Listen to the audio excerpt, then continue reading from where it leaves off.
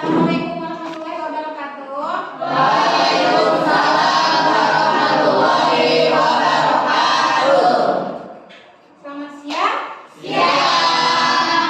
Masih semangat? Semangat. Alhamdulillah. Udah pada sholat belum nih? Ya. Oke, ketua kelasnya sebelum kita mulai pembelajaran hari ini, tolong dipimpin doa ya. Ya, sebelum belajar berdoa mulai.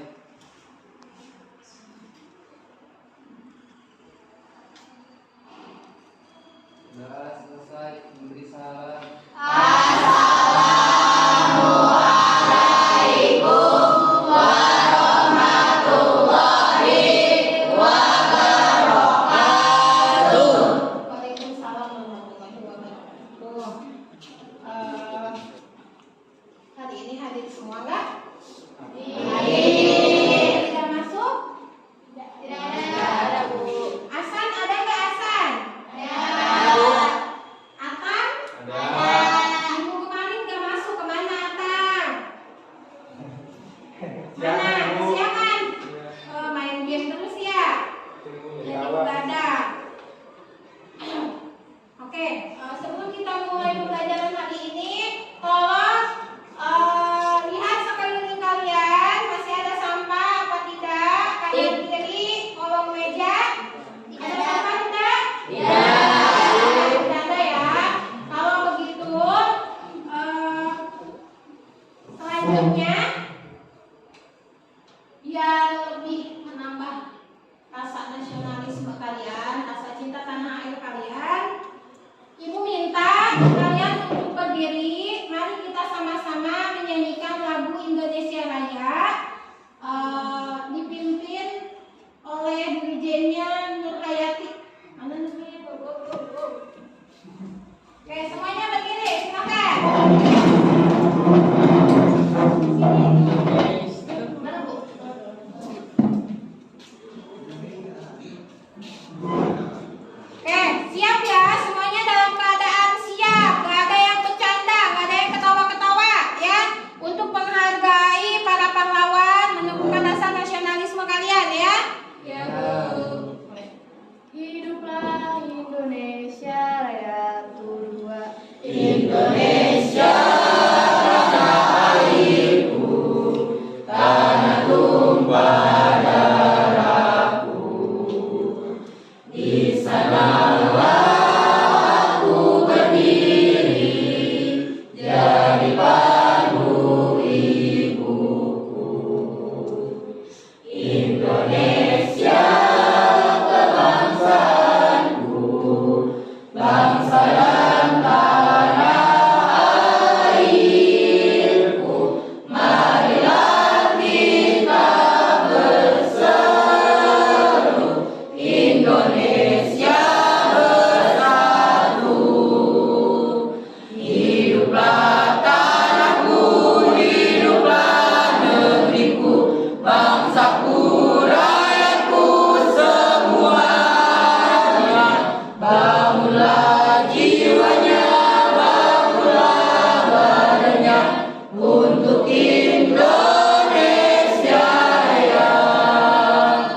Indonesia Raya, merdeka, merdeka, tanahku, negeriku yang ku cinta. Indonesia Raya, merdeka, merdeka, hiduplah Indonesia Raya. Indonesia Raya, merdeka, merdeka, tanahku, negeriku yang ku cinta. Indonesia Raya, merdeka, merdeka, hidup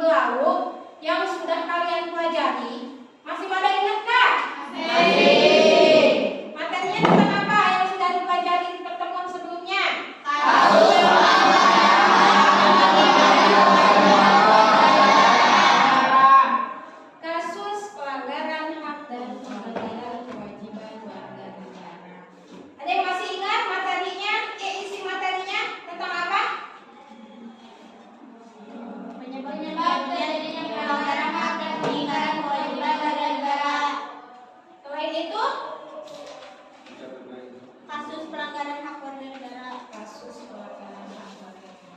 Oke. Selain itu, apa lagi? Peningkatan kewajiban warga negara. Oke, Ibu mau tanya sama Sarip nih ya. Coba sebutkan contoh kasus pelanggaran hak warga negara. Sikap egois atau terlalu mementingkan diri sendiri. Selain itu, Rendahnya kesadaran berbangsa dan bernegara. oke, terima kasih Sarip. Berarti kalau misalnya kamu bisa jawab apa yang Ibu tanyakan hari ini, tandanya kamu memahami apa yang sudah diajarkan sebelumnya dan juga masih ingat ya, masih mengingat kembali gitu materi sebelumnya. Coba Ibu mau tanya lagi sama Ois. Coba Ois, contoh kasus pelanggaran kewajiban warga negara, apa contohnya Ois?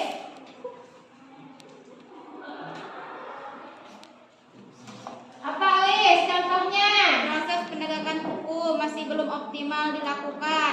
Terus? Saat ini tingkat kemiskinan dan angka pengangguran di negara kita masih cukup tinggi. Oke, terima kasih Ois untuk jawabannya. Mudah-mudahan yang masih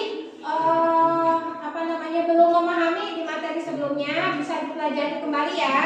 Materi sebelumnya diingat-ingat kembali. Oke, selanjutnya ini karena masih ada yang diam ngerti apa diam bingung, apa belum fokus karena habis istirahat, Ibu minta kalian semuanya untuk berdiri.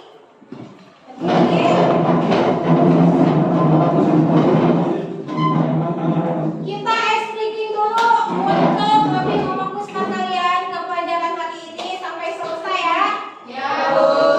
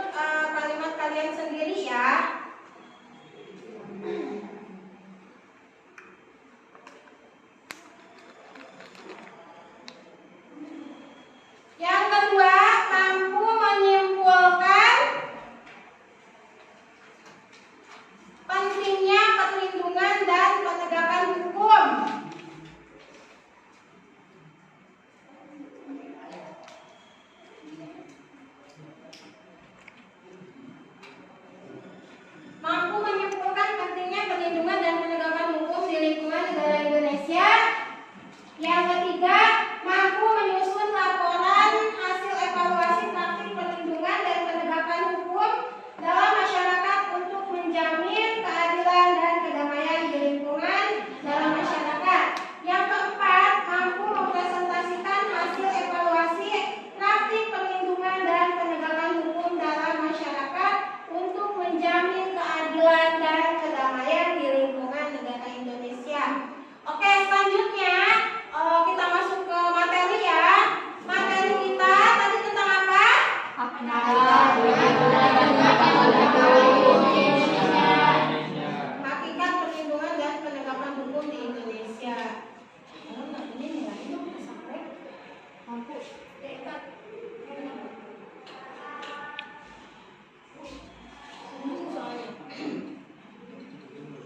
Oke, di sini ada konsep perlindungan dan penegakan hukum ya, menurut Andi Hamzah dan Simanjuntak. Coba ibu mau tanya nih, menurut Andi Hamzah di buku paket itu beliau mengutarakan bahwasanya pengertian perlindungan hukum, coba dibacakan oleh Sami. Apa menurut Andi Hamzah perlindungan hukum itu, Sami? Menurut Andi Hamzah, perlindungan hukum dimaknai sebagai daya upaya yang dilakukan secara sadar oleh setiap orang maupun lembaga pemerintah dan swasta yang bertujuan mengusahakan pengamanan, pengusahaan dan pemenuhan kesejahteraan hidup sesuai dengan hak-hak asasi yang ada. Ya, jadi menurut Andi Hamzah, perlindungan hukum itu merupakan sebuah upaya perlindungan hukum ya, yang ada di negara Indonesia. Nah, selanjutnya menurut Simanjuntak, perlindungan hukum itu artinya apa? Ibu mau tanya sama Mimin, mana Mimin? Ya, so Mimin, menurut Simanjuntak perlindungan hukum itu apa, Mimin? Simanjuntak mengartikan perlindungan hukum sebagai segala upaya pemerintah untuk menjamin adanya kepastian hukum serta memberi perlindungan kepada warganya agar hak-haknya sebagai seorang warga negara tidak dilanggar, dan bagi yang melanggarnya akan dapat dikenakan sanksi sesuai peraturan yang berlaku. Oke, terima kasih Mimin. Jadi menurut Simanjuntak itu sudah diatur ya perlindungan dan penegakan hukum itu. Selanjutnya coba tolong amati gambar yang ibu tampilkan di depan. Di sini ada gambar lembaga penegak hukum. Siapa di sini? Polisi. Terus yang kalian lihat, selain polisi ada gambar siapa lagi? Siswa. Dua orang siswa ya. Di sini dua orang siswa di sini diberhentikan oleh dua orang petugas kepolisian karena siswa di sini melanggar hukum. Udah pasti ya, kalau misalnya diberhentikan oleh polisi berarti siswa atau peserta didik di sini melakukan pelanggaran hukum. Yang kalian lihat, apa pelanggaran hukum yang dilakukan oleh peserta didik? Tidak memakai helm. Selain itu, ya, bahwasanya seorang peserta didik itu tidak diwajibkan ya atau tidak boleh berkendara kalau misalnya mereka belum memenuhi syarat-syaratnya seperti mempunyai SIM dan KTP ya, karena belum tentu peserta didik atau siswa di sini mempunyai syarat-syarat tersebut ya. Kalian pada punya KTP apa belum? Punya. SIM? Belum. Tapi sudah berkendara? Sudah. Berarti kalian melanggar? Ya, jadi kalau ya. Nah, ibu mau tanya sama Nur Hayati, menurut kamu apa sih dampaknya dari gambar yang ibu tampilkan di depan? Ketika hukum tidak dipatuhi atau dilaksanakan, akan terjadi adalah kekacauan di semua bidang kehidupan. Ya. Jadi dampak ketika hukum tidak dipatuhi di sini, kamu juga tadi bisa menjelaskan atau menyebutkan ya bahwasanya peserta didik di sini tidak mempunyai SIM dan KTP mungkin ya, dan kamu juga melakukan pelanggaran tersebut. Nah, ketika kamu melakukan pelanggaran tersebut, ketika kamu tidak mematuhi aturan, ketika kamu tidak mematuhi hukum, nah di sini akan terjadi kekacauan, ketidaktertiban, ya. Karena apa? Kalau misalnya seorang yang berkendara sudah punya SIM, sudah pasti itu melalui rangkaian tes ya yang dilakukan di Polres ya. Kalau misalnya kamu tidak punya SIM, berarti kamu tidak mengikuti rangkaian tes tersebut, karena di rangkaian tes tersebut kamu itu diberitahu bahwasanya rambu-rambu lalu lintas seperti ini, bagaimana berkendara dengan baik ya, terus melalui ujian tes-tes lainnya. Nah, selanjutnya di sini ada pengertian hukum. Hukum itu suatu sistem peraturan yang di dalamnya terdapat norma-norma. Norma artinya apa? Aturan. Dan sanksi-sanksi yang bertujuan untuk mengendalikan perilaku manusia, menjaga ketertiban dan keadilan, serta mencegah terjadinya kekacauan. Jadi hukum itu negara Indonesia adalah negara hukum sesuai dengan bunyi pasal UUD 45 pasal 1 ayat 3 yang berbunyi bahwa negara Indonesia adalah negara hukum. Kamu sebagai warga negara Indonesia harus mematuhi hukum yang berlaku. Oke, selanjutnya apa saja sifat hukum? Memaksa dan Tidak boleh dilanggar. mengatur, terus tidak boleh dilanggar. Jangan kata Desti. Memaksa, apa sih artinya memaksa? Dedi, apa arti memaksa? Harus dipatuhi. Angga, apa arti memaksa Angga? Tidak boleh dilanggar. Mengatur, sekarang artinya apa mengatur? Sarip.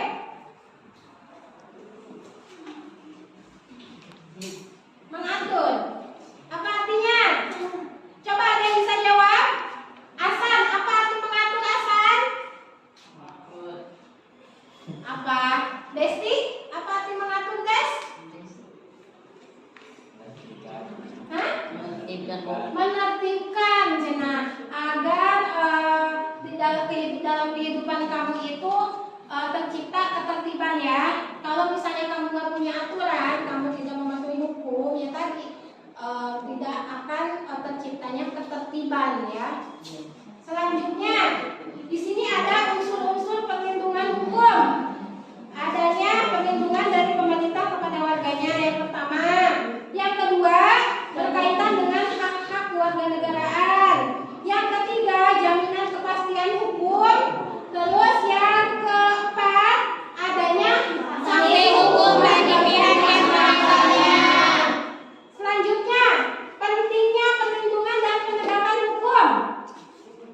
Pentingnya perlindungan dan penegakan hukum itu ada 3 ya. 1. Tegaknya supremasi hukum. 2. Tegaknya keadilan. 3. mewujudkan perdamaian dalam kehidupan di masyarakat. Jam, Ibu mau tanya, apa arti tegaknya supremasi hukum? Maksudnya apa? Supremasi hukum bermakna bahwa hukum mempunyai kekuasaan mutlak dalam mengatur pergaulan manusia dalam berbagai macam kehidupan. Ya, selanjutnya tegaknya keadilan. Jahra, apa artinya Jahra? Tegaknya keadilan. Tujuan utama hukum adalah mewujudkan keadilan bagi setiap warga negara. Yang terakhir, mewujudkan perdamaian dalam kehidupan di masyarakat. Apa artinya, Liz? Kehidupan yang diwarnai suasana yang damai merupakan harapan setiap orang. Perdamaian akan terwujud apabila setiap orang merasa dilindungi dalam segala bidang kehidupan. Hal itu akan terwujud apabila aturan-aturan yang berlaku dilaksanakan. Ya, oke. Jadi pentingnya perlindungan dan penegakan hukum itu ada 3 ya. Tadi bisa dijelaskan oleh teman-teman kalian. Jadi oleh karena itu ya, kedudukan hukum itu dalam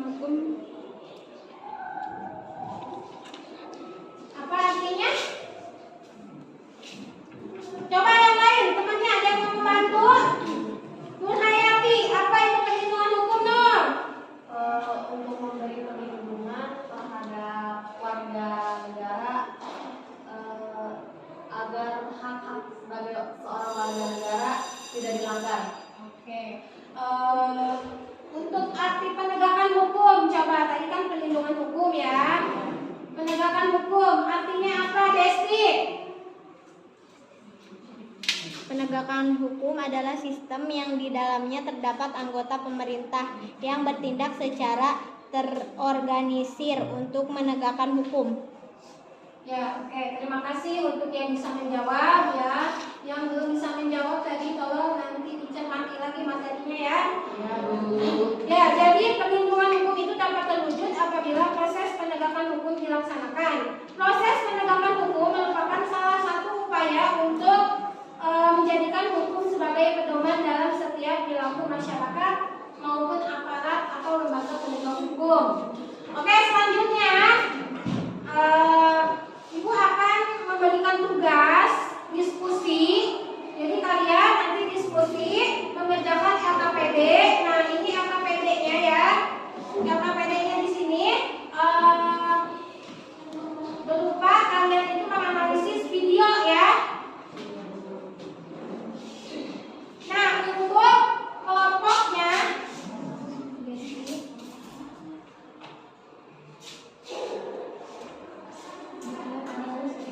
ini Bu, mana aja?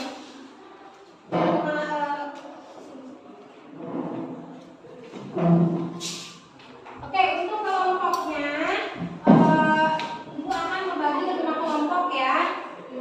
Kelompok 1 itu ada Angga, Atang, Dede, dan Ella ya, Ellawati ya.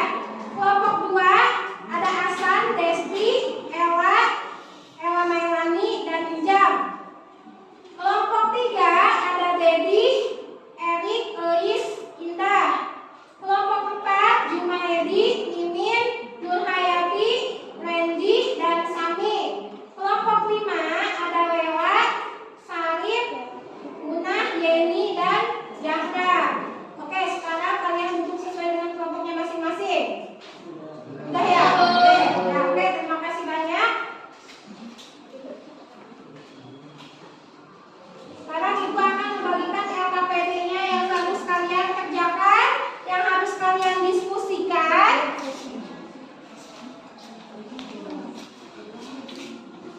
Yang harus kalian diskusikan nanti ya. Nanti LKPD ini setelah didiskusikan, kalian presentasikan di depan kelas ya. Iya, Bu.